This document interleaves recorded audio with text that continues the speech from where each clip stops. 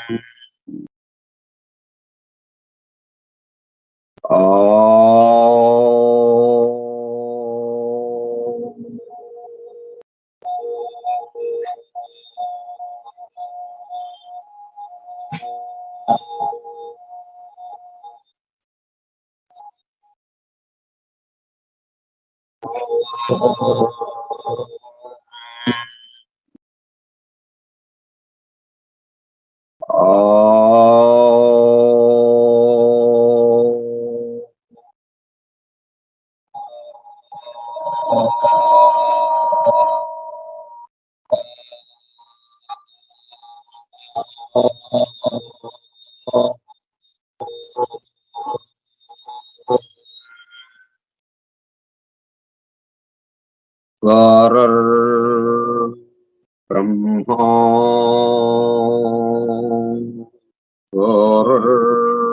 విష్ణు గురుర్దేవో మహేశ్వరః గురుః సాక్షాత్ పరం బ్రహ్మ తస్మై శ్రీ గురవే నమః.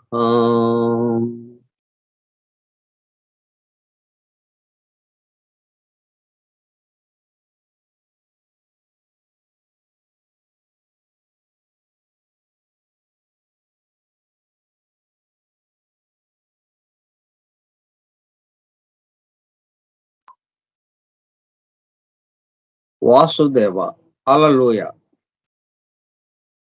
The hidden wisdom in the Holy Bible by Geoffrey Hudson.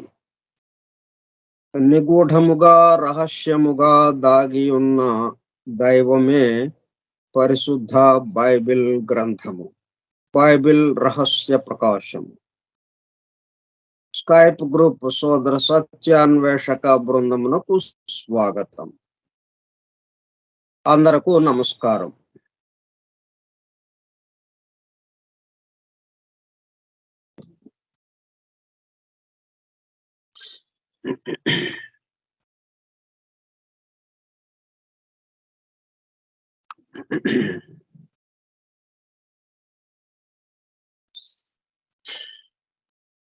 మనం ఏం చేస్తున్నాం అంటే ఉన్న యథార్థంగా వాస్తవంగా జరుగుతున్నది ఏదైతే ఉందో దాని పట్ల మనం మేలు కాంచడానికి ఆ పద్ధతిలోనే మనం చేస్తున్నాము అన్నదానికి, ఇంకొక రకంగా చేస్తున్నాము అన్న దాని నుంచి ఆ పద్ధతిలోనే జరుగుతున్నది అన్న దాని పట్ల మేల్కొనటానికి కోసం ఈ ప్రయత్నం చేస్తున్నాం మనం.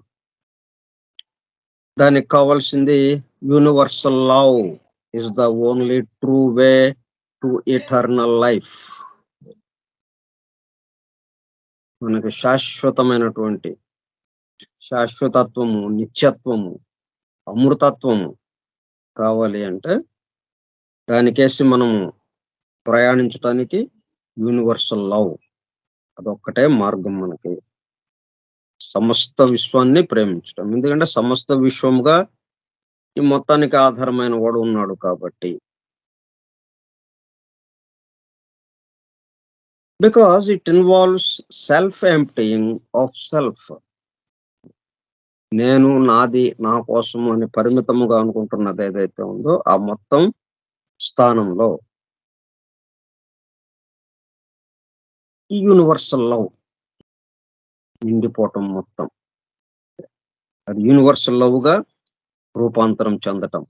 సెల్ఫ్ ఏదైతే ఉందో, నేను, నాది, నా కోసమనే ఏదైతే అనుకుంటున్నామో అది యూనివర్సల్ లవ్ గా రూపాంతరం చెందటం. Self forgetfulness is the basis of all spirituality. ఆధ్యాత్మికతలోకి రావాలి అంటే, ఆధ్యాత్మికత అన్న విషయంలోకి రావాలి అంటే సెల్ఫ్ ఫర్గెట్ఫుల్నెస్, తనను తాను మర్చిపోవటం. ఫర్గెట్ఫుల్నెస్, ఫర్గెట్ ఫర్గెట్ అని మనం కలిపామనుకోండి, మర్చిపోవటం అన్నట్లుగా వస్తుంది. ఫర్ గెట్, అది పొందటం కోసం. ఏది పొందటం కోసం? సమస్త విశ్వము, దానికి ఏదైతే ఆధారం ఉందో ఆ దైవానుభూతిని పొందటం కోసము అన్నట్టుగా కూడా మళ్ళీ వస్తుంది. అదే self. Self forgetfulness, self forget. అంటే ఇక్కడ ఫర్గెట్ అంటే పొందటం కోసము. దేన్ని పొందటం కోసము? ఆ పరమాత్మ తత్వాన్ని. ఆ పరమాత్మ తత్వం పేరు కూడా సెల్ఫ్. అందుకని ఈ ఫర్గెట్ అని విడదీసేసేటప్పటికల్లా, అంటే దేహము జీవాత్మ వేరువేరుగా ఉన్నట్టుగా. ఇప్పుడు మనకి జీవాత్మ దేహము కలిసిపోయి ఉన్నట్టుగా ఉంది. అందువల్ల దేహమునికి పరిమితం అయిపోయి దేహమే నేను అనే భావనతో మనం వ్యవహరిస్తున్నాం. ఇప్పుడు ఇది ఇక్కడ 2 ఐటమ్స్ ఉన్నాయి అన్నట్టుగా మనకి భావన కలిగితే గాని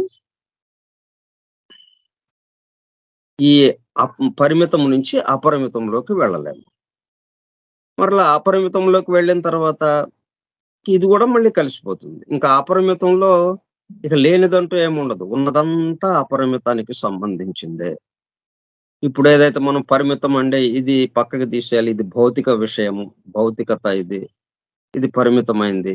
శాశ్వతమైంది కాదు. ఇవాళ ఉండే రేపు కనుమరుగైపోతుంది. కాబట్టి దీన్ని తీసేయండి. శాశ్వతమైనది ఏదైతే ఉందో ఆధ్యాత్మిక విషయం ఏదైతే ఉందో, ఆత్మకి సంబంధించిన విషయం ఏదైతే ఉందో అదొక్కటే మనకు కావాలి అన్నట్టుగా కూడా కుదరదు. ఎందుకంటే ఈ తీసేయండి అన్నది కూడా దీంట్లోకి చేర్చేయాలి. ఎందుకంటే తీసేయండి అన్న దాంట్లో కూడా ఉన్నది ఆయనే కాబట్టి. Self forgetfulness is the basis of all spirituality. ఇదే మాట రెండిటికి ఉపయోగపడేటట్టుగా. ఫర్గెట్ అని కలిపామంటే అంటే ఆ జీవాత్మ దేహము కలిసిపోయి ఉన్నట్టుగా దాన్ని మర్చిపోవటం మనం. ఫర్గెట్ అట్లాగా లేదు అని.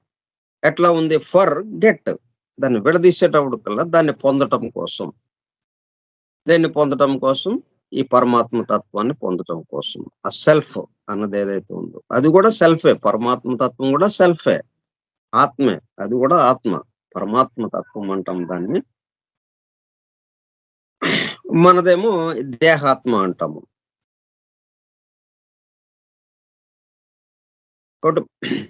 Every sincere esotericist is faced with this truth. కాబట్టి యూనివర్సల్ లవ్ ఒకటి, తర్వాత self forgetfulness is the basis of all spirituality అదొకటి. ఇవి మనకు ఎదురుపడుతుంటాయి esotericist గా మారాలి అంటే. అంటే ఉపదేశము పొందిన వాడుగా గూఢమైన రహస్యమైన విషయములకు సంబంధించిన ఉపదేశము పొందినవాడు. అంటే వాడికి ఇక రహస్యం అన్నది లేదు. ఇంకా esotericist అంటే రహస్యములు లేనివాడు, రహస్యములన్నిటినీ తెలుసునవాడు, మర్మములన్నిటినీ తెలిసినవాడు, నిగూఢంగా దాగి ఉన్న విషయాలన్నీ తెలిసినవాడు.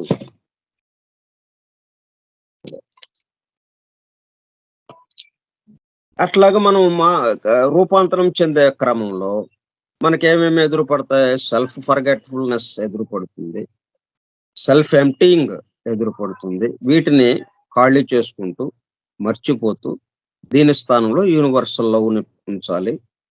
ఆ పరమాత్మ తత్వంతో మనము మమేకం అవ్వాలి అన్న దాంట్లోకి రావాలి. The renunciation seems always to be of that which we hold most dear, which we held most dear. మనకి ఈ పరిమితముగా ఉన్న దశలో కొన్ని మనకి చాలా ప్రియాతిప్రియమైనవిగా అనిపిస్తూ ఉంటాయి. వాటి నుంచి మనము రెనౌన్సియేషన్ వాటిని త్యజించాలి మనం. త్యజించాలి అంటే ఏంటి విషయం ఇక్కడ? వదిలేయాలి, త్యజించాలి. అంటే ఆ భావం దాని పట్ల ఉన్నటువంటి ఆ ప్రేమ భావన ఏమైతే ఉంది, ఇది నాకు చాలా బాగుంది, ఇది నాకు కావాలి, ఇది నేను సొంతం చేసుకుంటాను అన్నదేదైతే ఉందో ఆ భావము. అంతే వస్తువును వదిలేయటం కాదు. ఆ వస్తువు పట్ల మనకున్న భావము. ఆ వ్యక్తి పట్ల మనకున్న భావము. ఒక వ్యక్తిని మనము ఎక్కువగా ప్రేమిస్తాం. మిగతా దానివల్ల ఏమవుతుంది కొంతమందిని ద్వేషించటం గూడా అయిపోతా ఉంటుంది. అందువల్ల ఈ భావం దాన్ని త్యజించాలి మనం. త్యజించాల్సిందేమిటి? వదిలేయవలసింది. అంటే త్యజించటము, వదిలేయటము అన్నటిదే దూరం పెట్టటం అన్నట్టు కాకుండా, దాంట్లో గూడా దైవాన్ని చూడటం. అప్పుడిక అన్ని విషయాల్లోనూ దైవమే ఉంటుందో, అన్ని విషయాలు మనకి డియరే. అన్ని విషయాలు మనకి ప్రేమాస్పదులే. అందరు వ్యక్తులు మనకి ప్రేమాస్పదులే. అన్ని విషయాలు మనకి ప్రేమగానే ఉంటాయి. కానీ ఇక్కడ ఏం చెప్తున్నాడంటే, the renunciation seems always to be of that which we held most dear. అంటే ఇక్కడ చెప్పుకున్న దానికన్నా కొంచెం ముందుకు వెళ్తున్నాం. ఇక్కడ చెప్పిందేంటి? రెనౌన్సియేషన్ వదిలేయండి, త్యజించండి, సన్యసించండి. వేటిని? Which we held most dear. మనకి అత్యంత ప్రేమాస్పదంగా ఉన్నవి, ప్రేమాస్పదులు. అంటే ఒక దాని పట్ల గాఢముగా ప్రేమను చూపించటం. అట్లాగా అటువంటి వస్తువుల్ని వదిలేయాలి, అటువంటి వ్యక్తుల్ని వదిలేయాలి అన్నట్టుగా ఇక్కడ చెప్తున్నారు. కానీ అట్లా కాకుండా మనం ఇక్కడ ఏమంటున్నామంటే, దాని పట్ల ఉన్న భావాన్ని వదిలేయాలి మనం. ఆ భావాన్ని వదిలేయటం గూడా గాదు. ఆ భావం స్థానంలో మొత్తము నిండి ఉన్నదేదైతే ఉందో, దాన్ని ప్రతిక్షేపించటం. ఇంకా ఏది వదిలేది లేదు, ఏది ఉంచేది లేదు. ఇది ఇది స్పిరిచువాలిటీ అండి. దీన్ని ఉంచాలి. ఇది ఆహ్, భౌతికతకి సంబంధించిందండి. దీన్ని వదిలేయాలండి. ఇది ఆధ్యాత్మికతకి సంబంధించిందండి. ఇది ఉంచాలండి మనము. ఇది పట్టుకోవాలి మనము. అన్నది లేదిక మనకి. అట్లాగా రావాలి మనం. The these words self emptying and dying applied to the logos are not to be taken as wholly expressing the truth. For of course, the Logos does not ever become empty, nor does he ever really die. ఈ self emptying అన్నది, dying అన్నది అంటే మరణించటం, self emptying ఖాళీ అయిపోవటం. ఇది ఎవరికి apply అవుతుంది? మొత్తం మనతో పాటు ఈ సృష్టిలో ఉన్న అందరికీ అప్లై అవుతుంది. ఈ సృష్టిలో ఉన్న అందరితో పాటు ఇంకా ఎవరికి అప్లై అవుతుంది? టు లాగాస్. లాగాస్ అంటే ఒకడే 3 మూర్తులుగా మారాడు. ఆ 3 మూర్తులకి దాన్ని లాగాస్ అంటాం. ఆ 3 మూర్తుల నుంచే జీవ ప్రసారాలు నిరంతరం ఎక్కడ ఆగకుండా నిరంతరం ధారాపాతంగా ఈ సృష్టి మీదకి ప్రసారం అవుతూ ఉంటుంది. ముగ్గురు నుంచి 3 రకాల జీవ ప్రసారాలు. మొదటి మూర్తి నుంచి ఒక రకమైనది. రెండవ మూర్తి నుంచి ఒక రకమైన రెండవ జీవ ప్రసారం. అలాగే మూడవ మూర్తి నుంచి ప్రథమ జీవ ప్రసారం. మొదటి జీవ ప్రసారం. మూడవ మూర్తి నుంచేమో మొదటి జీవ ప్రసారం. రెండో మూర్తి నుంచి రెండవ జీవ ప్రసారం. మూడవ మూర్తి నుంచి మూడవ మూర్తి నుంచి ప్రథమ ప్రసారం. రెండవ మూర్తి నుంచి రెండవ ప్రసారం. ప్రథమ మూర్తి నుంచి మూడవ ప్రసారం. రెండో మూర్తి, రెండో ప్రసారం అక్కడికి ఇద్దరికి సరిపోతుంది. ఇక్కడ వ్యతిరేకం అన్నమాట. మూడవ మూర్తి ఏమో ప్రథమ ప్రసారం. ప్రథమ మూర్తేమో మూడవ ప్రసారం. ఇట్లా వేరుగా ఉంటుందన్నమాట. ఇట్లా ఈ లాగాసు దగ్గరకొచ్చేటప్పటికల్లా ఈ సెల్ఫ్ ఎంప్టీయింగ్, డయింగ్ అంటే ఖాళీ అవ్వటం గాని, మరి వాళ్ళు ఖాళీ అయితే ఈ సృష్టి అంతా ఖాళీ అయిపోతుంది. ఎందుకంటే సృష్టి మొత్తానికి నిరంతరము ధారాపాతంగా ఆ జీవ ప్రసారాల్ని, ఆ జీవాన్ని ప్రసారం చేస్తున్నటువంటి వాళ్ళు ఈ ముగ్గురు. ఒకటి లాగాస్‌కి ఇవి దీని అర్థం ఏంటి? Self emptying and dying applied to the logos are not to be taken as only expressing the truth. అంటే అయి ఖాళీ అయిపోతాయి, ఖాళీ అయిపోయి చనిపోతాయి అన్నట్టు కాదు. అంటే విత్తనం ఎట్లాగైతే విత్తనము స్థితి చనిపోతే అప్పుడు మొక్క స్థితిలోకొస్తుందది. అంటే ఉన్న స్థితి మారితే గాని తర్వాత స్థితి రాదు అన్నట్టు. అట్లాగే ఇక్కడ డయింగ్ అంటే స్థితి మారటమే తప్పితే for of course the logos does not ever become empty. ఎప్పుడు కూడా ఖాళీ అవ్వటం అనేది ఉండదు. సూర్యుడు ఖాళీ అయ్యాడనుకోండి, మనకు వెలుగు ఎక్కడి నుంచి వస్తుంది? ఆ సూర్యుడికి కూడా నిరంతరము వెలుగునిస్తున్నది ఎవరు? ఈ లాగాస్. ఈ 3 మూర్తులు.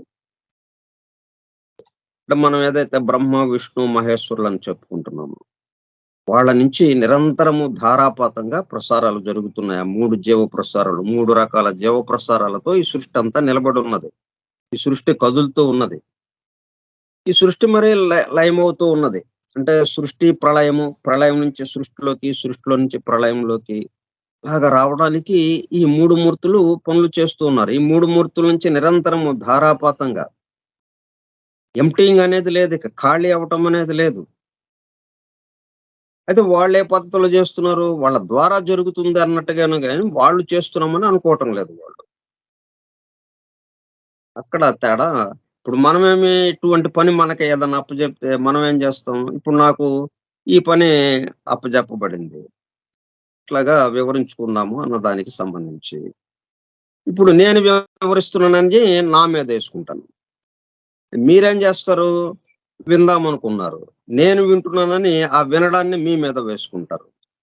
ఇది మన దగ్గరకొచ్చినప్పటికి అట్లా. కానీ వాళ్ళట్లాగా చేయట్లేదు. వాళ్ళెలా చేస్తున్నారు? మా ద్వారా జరుగుతోంది. మా చేత చేపిస్తున్నాడు ఎవడో. మా ద్వారా జరుగుతున్నదిది. మేమొక పనిముట్టుగా ఇక్కడ ఉన్నాం అన్నట్టుగా వాళ్ళు చెప్తున్నారు.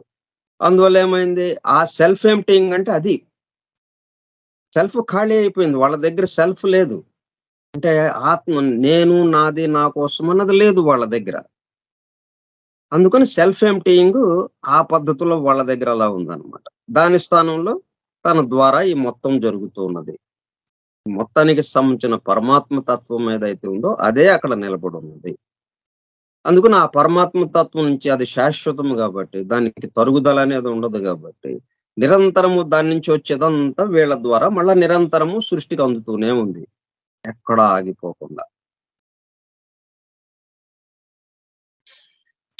Are not to be taken as well expressing the truth. అంటే వాళ్ళు ఖాళీ అయిపోతారు, చనిపోతారు, మరణిస్తారు అన్నది కాకుండా, the logos does not ever become empty. వాళ్ళు ఖాళీ అవ్వటమే ఉండదు. ఎందుకని ఖాళీ అవ్వటం అన్న దాన్ని వాళ్ళు ఆల్రెడీ ఆ భావంలో ఖాళీ అయిపోయారు వాళ్ళు. భావానికి సంబంధించి నేను చేస్తున్నానని బ్రహ్మ అనుకోవట్లేదు. విష్ణువు అనుకోవట్లేదు. అలాగే శివుడు అనుకోవట్లేదు. అది emptying. Or does he ever really die? ఆ హి అంటే ఈ మొత్తానికి సంబంధించిన వాడు. ఆయన చనిపోవటము లేదు. ఈ ముగ్గురు చనిపోవటం లేదు. చనిపోవటం అనేది లేదసలు. మరణం అనేది లేదు గదా! రూపాంతరాలే గాని, ఒక స్థితి నుంచి ఇంకొక స్థితికి మారటమే గాని, రూపాంతరం చెందటమే గాని, మరణము లేదు. చనిపోవటం లేదు. ఈ దేహం విడిచామంటే, ఈ దేహంలో ఉన్నటువంటి ఈ దేహం ఎలాగా ఏ ఏ వస్తువులతో తయారైందో, ఆయా వస్తువుల్లో ఆయా భూతాల్లోకి అది ఎళ్ళిపోతా ఉంది. పంచభూతాలని మనం ఏదైతే అంటున్నామో, ఆ పంచభూతాలతో తయారైన ఈ శరీరము పంచభూతాల్లో కలిసిపోతా ఉంది. దీంట్లో ఇప్పటి వరకు పనిచేసినటువంటి ఆ జీవాత్మ తన యొక్క అసలైన కారణ శరీరం ఏదైతే ఉందో దాంతో అక్కడ అలాగా ఉండి మరలా జన్మించడానికి మళ్ళా కిందకి దిగి వస్తూ ఉన్నాడు. ఇక్కడ మరణం అనేది లేదు. మళ్ళీ ఈయనేం చేస్తున్నాడు? ఇప్పుడు ఏదైతే అంతకు ముందు జన్మలో ఏ దేహం అయితే తీసుకొని ఆ దేహాన్ని కొంతమేరకు అభివృద్ధి పరిచాడో, కొంతమేర ఆ దేహాణువులు పరచబడడానికి అవి పరిపూర్ణం అవ్వడానికి ఎంత కృషి చేశాడో, దాని తర్వాత కృషి తర్వాత జన్మలో మళ్ళీ అందువల్లే అంతకు ముందున్న దేహాణువులకి సంబంధించి అది ఎంతవరకు అభివృద్ధి చెందిందో, దాని తర్వాత మెరుగైన ఇదిగా మన దేహం వస్తుంది మరల. అంటే క్రితం జన్మ దేహం కన్నా మెరుగైన దేహం వస్తుంది. ఎందుకంటే అవే అణువులు మళ్ళీ. అదే దేహం. మనకి శిల్పికి ఒక రాయి ఇచ్చి దీన్ని మలచండి అంటే, దీన్ని ఒక శిల్పంగా మలచండి. ఒక రాయిలాగా చెక్కండి. ఒక ఆకారం గల రాయి కీ స్టోన్ లాగా చెక్కండి అని అన్నారనుకోండి. అది కీ స్టోన్ అయ్యేదాకా, ఆకారం వచ్చేదాకా దాన్నే చెక్కుతామా? ఒకసారి ఉలి దెబ్బ వేసి, మళ్ళీ దీన్ని పక్కన పెట్టేసి, ఒకసారి ఉలి దెబ్బ ఏయటం అంటే ఒక జన్మ. ఆ జన్మలో ఇంకా మనం మరణించాము. అంటే దాన్ని వదిలేసాం. మళ్ళీ నెక్స్ట్ జన్మకొచ్చాము. నెక్స్ట్ జన్మకొచ్చినప్పుడు మళ్ళీ ఇంకొక రాయి తీసుకొని మళ్ళీ ఇంకొక ఉలి దెబ్బ కొడతామా? లేదట్లాగా. మనకి మొట్టమొదటిగా ఆ స సామూహిక ఆత్మ నుంచి జంతు ఆత్మ విడిపడి, వ్యక్తిగత ఆత్మగా అది ఎప్పుడైతే మారిందో, దాంట్లోకి జీవాత్మ ఎప్పుడైతే ప్రవేశించిందో, ఇక ఆ జీవం ఆ వ్యక్తిగతంగా ఆత్మ ఏదైతే ఉందో, ఆ జంతు ఆత్మకి సంబంధించి అది పరిపూర్ణమయ్యేదాకా దాన్ని వదిలిపెట్టదిక. ఆ అణువులన్నిటిని పరిపూర్ణం చేసేదాకా మరలా జన్మించడం, మరలా జన్మించడం. మరలా జన్మించినప్పుడు అవే అణువులు ఆకర్షింపబడతాయి. ఇతను ఎంతవరకు ఏం దాన్ని చేశాడో దానికి అనుగుణంగా అవి మార్పు చెంది, ఎంతవరకు చెక్కాడో క్రితం జన్మలో, మళ్ళా అంతవరకు వచ్చి ఇక అక్కడి నుంచి మళ్ళీ చెక్కడానికి వీలుగా ఎదురుగా ఇతనికి వస్తుంది జీవాత్మకి. అప్పుడు జీవాత్మ దాంట్లోకి చేరి మళ్ళీ దాన్ని చెక్కడం మొదలుపెడతాడు. అంతకుముందు ఎంతవరకు చెక్కాడో, దాని తర్వాత నుంచి దాన్ని చెక్కడం మొదలుపెడతాడు. ఇక్కడ దేహం గూడా మారదు మనకి. ఈ దేహాన్ని వదిలేసేస్తే దేనికి దానికి అయిపోయింది గదా! ఇంక మళ్ళీ కొత్త దేహం వస్తుంది అంటానికి కూడా లేదిక్కడ. ఇట్లాగా మరణము అన్నది లేదు. నశించటం లేదు. మార్పులు. అంటే ఉన్నది ఒకే ఒక పదార్థము. అది ఎల్లప్పుడూ ఉండేది. ఆ పదార్థంతో రకరకాలుగా మార్పులు చేస్తున్నాం మనం.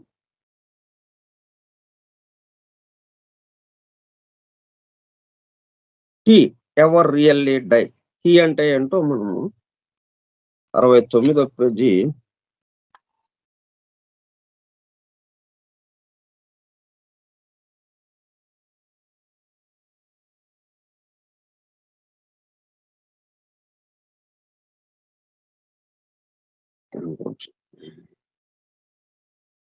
The divine principle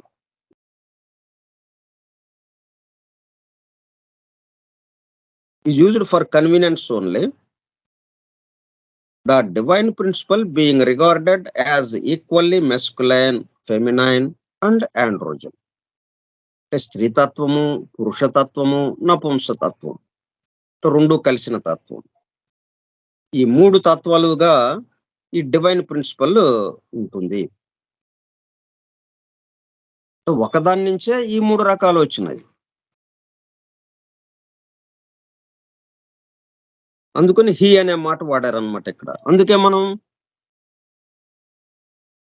బ్రదర్ అనే మాట వాడుతున్నాం. బ్రదర్ అని.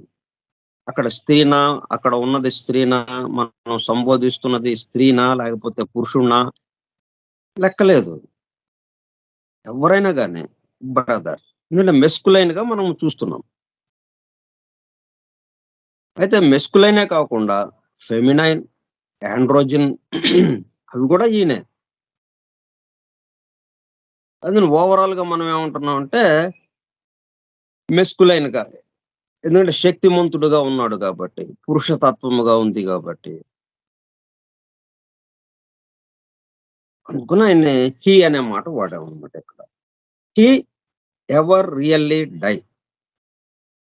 అతను చనిపోవటం అనేది లేదు. అతను అంటే ఆ ఆత్మ.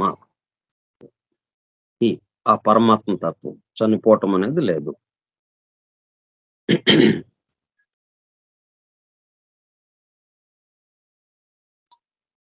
What is in fact the result of such a figurative death? మరి మనకి మరణిస్తున్నాం గదా! చూస్తున్నాంగా మరణాన్ని. మనం దేహం విడవటం మన పెద్దలు, మన చుట్టుపక్కల వాళ్ళలో వీళ్ళందరిలోనూ మనము మరణాన్ని చూస్తున్నాం. సరే మన మరణం మనం చూడం. మన మరణం తప్ప మిగతా వాళ్ళందరి మరణాలు మనం చూస్తున్నాము. మరేంటి దానికి ఆ ఫిగరేటివ్ డెత్ ఏంటసలది? అంటే ఉపమానంగా, సంకేతాత్మకంగా ఉన్నది. అది అలంకారంగా చెప్పబడిందే ఆ మరణమనేది. ఎట్లాగా? The question leads one's thought to the strange spiritual law under which self surrender brings not loss but renewal. అంటే మనం ఇక్కడ ఏం చేస్తున్నాము?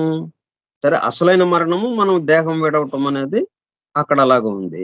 మనం ఇప్పుడే ఇక్కడ మరణం దేని పట్ల చేస్తున్నాము? మన ఆ భావాల పట్ల. అంటే మనకున్నటువంటి సెల్ఫ్ గివింగ్ అనేది ఏదైతే ఉందో, అంటే సెల్ఫ్‌కి అన్వయించుకుంటాం. మనం చేసే సమస్తాన్ని, మనం చూసే సమస్తాన్ని, మనం చ తెలుసుకుంటున్న సమస్తాన్ని ఇదంతా కూడా దేనికి అన్వయిస్తున్నాము? నేను, నాది, నా కోసము అన్నట్టుగా పరిమితముగా ఉన్నటువంటి నేనుకి సంబంధంగా చెప్పుకుంటున్నాం ఇవన్నీ. అట్లా కాదు ఇది సెల్ఫ్‌లెస్‌గా మనం చెప్పుకోవాలి. ఆ సెల్ఫ్‌ని తీసేయాలక్కడ. సెల్ఫ్‌ని త్యజించాలి. అంటే నేను, నాది అనే పరిమితమైనటువంటి సెల్ఫ్ ఏదైతే ఉందో దాన్ని త్యజించాలి. రినన్సియేషన్ సన్యసించాలి, త్యజించాలి అని చెప్తున్నది. ఫర్గెట్‌ఫుల్‌నెస్ అది మర్చిపోవాలి అని చెప్తున్నాం గదా! అంటే అది డయింగ్. ఒక విధంగా దాన్ని ఆహ్, అది మరణిస్తే గాని మనం ఆధ్యాత్మికతలోకి రాము. దాని స్థానంలో ఆత్మ ఈ మొత్తం పరమాత్మ తత్వం దాని స్థానంలో రావటానికి అవకాశం ఉంటుంది. ఈ చిన్న నేనుగా ఈ దేహానికి పరిమితమైన నేనుగా ఉన్నంత కాలం ఆ పరమాత్మ తత్వము ఉండదు అది. వెనక ఎక్కడో దాక్కొని ఉన్నట్టుగా ఉంటుంది. కాబట్టి ఆ పరమాత్మ తత్వము ముందుకు రావాలి అంటే ఇది చనిపోవాలి. అప్పుడు దీని స్థానంలో అదొస్తుంది అన్నట్టుగా మనము ఆ ఫిగరేటివ్ డెత్ అంటే చనిపోవటం అనే దాన్ని దీనికి అన్వయిస్తున్నాం అనమాట. ఆ ఫిగరేటివ్ డెత్ ఏంటి? The question leads one's thought to the strange spiritual law under which self surrender brings not loss but renewal. ఇప్పుడు మామూలుగా అసలైన మరణం ఏదైతే మనం అనుకుంటున్నామో, మనం ఈ దేహాన్ని విడవటం, మన చుట్టూ మరణిస్తున్నారు చాలా మంది. మనం కూడా ఎళ్ళిపోతాం. కానీ ఇది ఏంటి? Not loss but renewal. ఇలాగ దేహం విడవటం వల్ల నష్టం కాదిక్కడ వచ్చేది. మనకింకా చాలా మేలు జరుగుతుంది. మనకు చాలా లాభం కలుగుతుంది. ఎందుకంటే ఇప్పటి వరకు గడిపింది ఏదైతే ఉందో, దీనికన్నా మరింత మెరుగ్గా నెక్స్ట్ టైమ్‌కి మరలా పునర్జన్మ పునం మరలా జన్మించి మనము ఇంకొక జన్మ తీసుకొని, మరింత మెరుగ్గా మనం చేసుకోటానికి అవకాశం ఏర్పడుతుంది. ఇప్పుడు ఇదే దేహంలో ఉంటే అట్లాగా మెరుగ్గా చేయటానికి అవకాశం తక్కువగా ఉంది. తక్కువగా ఉంది గాబట్టే దీన్ని విడిచేసి ఎందుకంటే ఈ దేహంలో ఉన్నంత సేపు మనం ఏమంటున్నాము? నేను, నాది అనే దాంట్లో అపరిమితమైన భావంతో ఉంటున్నాం. బట్ ఆ భావం చనిపోవటం అనంటే, ఈ దేహం విడవటంతో పోలుస్తూ చెప్తున్నారనమాట. అందుకని ఫిగరేటివ్ డెత్ అన్నారు. మనం ఆ భావం చనిపోవటం అనే దాన్ని ఈ మరణంతో పోలుస్తూ ఫిగరేటివ్ డెత్ అన్నారు ఉపమానంగా.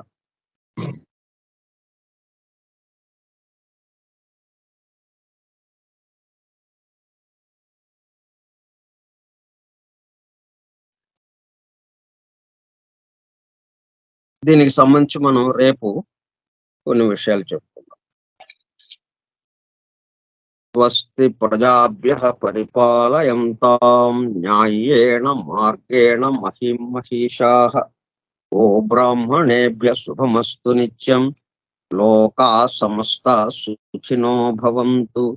లోకా సమస్తా సుఖినో భవంతు. లోకా సమస్తా సుఖినో భవంతు. ఓం శాంతి శాంతి శాంతి.